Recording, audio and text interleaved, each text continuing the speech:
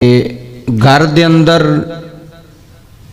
या हवेली दे अंदर किसी भी जगह ते क्या तुसी कबूतरां नूं रख सकते हो या नहीं रख सकते? कबूतर पालना जायज़ है या नाजायज़ है? ये मसला समाअत फरमा लो। बड़ा ज़रूरी मसला है कि कबूतर परिंदा है, कबूतर नूं घर दे अंदर रखना जायज़ है, कबूतर नूं दाना पाना पानी देना वह भी जायज़ है।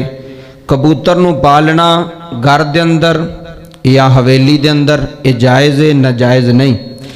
इहदे विच मसला एक वे कि कबूतरां दी बाजी लगाना ये जायज़ नहीं।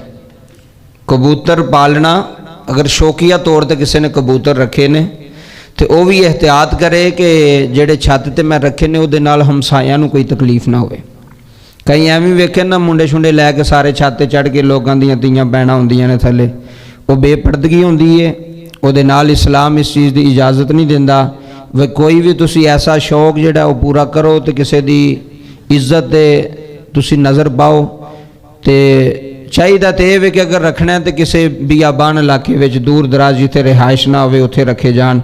अगर घर के अंदर भी रखने ने तो छत ते कोशिश की जाए कि पर्दे की जगह पर रखे जान जिहड़ा किसी नूं नुकसान ना हो उस चीज़ का। कबूतर पालना जायज़ है, कबूतरां दी शर्त लगाना बाजी लगाना ये नाजायज़ है, हराम है, क्योंकि शर्त नूं इस्लाम ने हराम करार दिता है। हुण तुहानूं पता अजकल साढ़े सियालकोट के अंदर दूसरी जगह ते बड़ियां बाजियां लगदियां, मोटरसाइकिल जी 1.5 लाख रुपया इनाम, कबूतर जिहड़ा जित गया। कबूतरां दी बाजी लगाना शर्त लगाना ये शर्त विच आउंदा है। कबूतरां दी शर्त ला के इन्ने पैसे जित जाने या इन्ने पैसे हार देने, शर्त जिहड़ी है वह कबूतरां दी होवे या किसी होर चीज़ की होवे। मैं क्रिकेट के बारे भी दसिया सी, खेड के बारे भी, किसी खेड विच भी शर्त जिहड़ी जायज़ नहीं। और जानवरां दी परिंदियां दी बाजी विच भी शर्त लगाना, कबूतरां दी शर्त लगाना ये भी जायज़ नहीं, ये हराम है। इस्लाम इस चीज़ की इजाज़त हरगिज़ नहीं दे रहा।